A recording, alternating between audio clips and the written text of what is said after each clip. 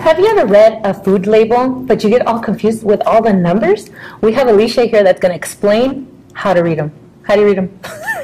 Oh, how do I read them? I look at a food label, and sometimes I'm overwhelmed, and I actually know what's in there. What's the first thing you look at on a food label? Oh my God, I am so embarrassed to even admit it. Calories. And I know I'm probably wrong, huh? Calories. Calories, there's no real wrong answer. Personally, I like to scroll all the way down. Don't you ever want to skip to the end of the book? I like to scroll all the way down and look at the ingredients. I want to know what's in my food. So it's listed by quantity. So whatever shows up first on the ingredient list is what there is a lot of in the food. And then as it goes, the quantity is lower and lower and lower. So you want to know what's in your food. If the first ingredient in there is something you cannot pronounce, or it's foreign to half you, of them are. there you go. I say skip it. Skip it. If the first ingredient is something you semi-recognize, go for it. I like to also stay with something that has less than at least 10 ingredients. If it's 5 ingredients, you're solid. So that's the first thing. Next thing I look at is probably the serving size. Oh my God, talking about serving size, I hate it when I go buy at the grocery store a cupcake, for example, and they tell you serving size for it. I'm looking at it, I can eat the whole damn cupcake, so and a few more, right? Yeah, and a few more. So how do you read that? So serving size is actually really important to look at on a nutrition, to the facts. It's important to know how much of it is a serving size. And like, for example, a can of Coke is 2.5 servings. Do you share your Coke with 2.5 people? No. Probably not, right? I gotta think about it. So yeah, serving size is important to look at. Like a bag of chips is about 10 servings. So how do you separate it? You just want to look at it and make sure. So if you look at it and it says, okay, it's 2.5 servings, you got to look at that Coke can and say, okay, I can only drink about like 1/4 of this, maybe close to half, and that's what's going to give you the whatever's in. It's really interesting that you mentioned that because, for example, let's go back to the bag of chips and it says, it feeds 10 or servings 10, but you eat the whole bag.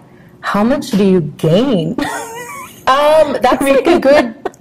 Do you like 1,000 calories or so? Right? Yeah. I mean, if you look at the calories, it's a lot. Yeah. Okay, let's go to the apples. For example, the apples, each apple has like a little sticker. What are those stickers even mean? I'm really glad you brought that up. That's actually something clients ask me about all the time. When you buy your fruits and vegetables, they have stickers on them, and each one is a different code. If the code starts with a 9 and it's a 5-digit code, it's organic. If it starts with a 3 or 4, it's conventional, which means it may have been treated with pesticides, may not have. And then if it starts with a 8 and it's a 5-digit code, then it's genetically modified, so it's a GMO. What's pesticides? Sorry, I know it's a dumb question. Pesticides are chemicals that they use to keep flies away from the fruits and vegetables. Ew. But at the same time, they're something that we ingest, and that's something that you can never get rid of. So you can't detox that out of your body. Once it's in your body, it's in your body for good. So, and what's that organic?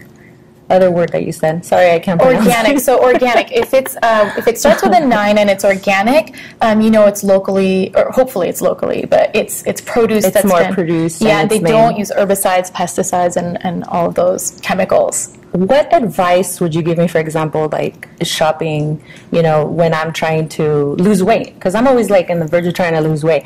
What should I look at on a label? So I would, like I said, we'll stick to 3. I would look at the ingredients first, see if you can get the one with least amount of ingredients. And then the second thing I would look at is the serving size, and then maybe I'll look at the sugar. Serving size and sugar. That's easy enough, right? Okay, so not fat? Not necessarily, because sometimes when the fat content is high, it's actually a good thing. Like if you're looking at nuts and the fat content is high on there, it's good fat. So you don't want to get rid of it just because the label says it's high fat. Doesn't mean you should get rid of it. I have a perfect question though, because I know like when I go to the doctor, a lot of people, the doctor says, watch your sodium. What is sodium? Okay, that's another good question. So sodium actually helps with fluid retention. So when we hold on to our water weight, it's usually because of sodium. And you want to pick foods that are lower in sodium. It helps reduce that water retention. And drink lots of water. Yeah, you need that. Milk. What about milk? Milk. The food labels. Okay, so if you remember a long time ago, we had this issue with RBST and hormones in the milk.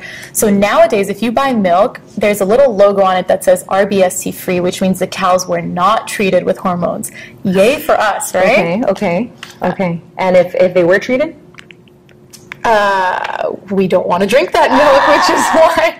There you have it. That was my 101 class for nutrition Food labels.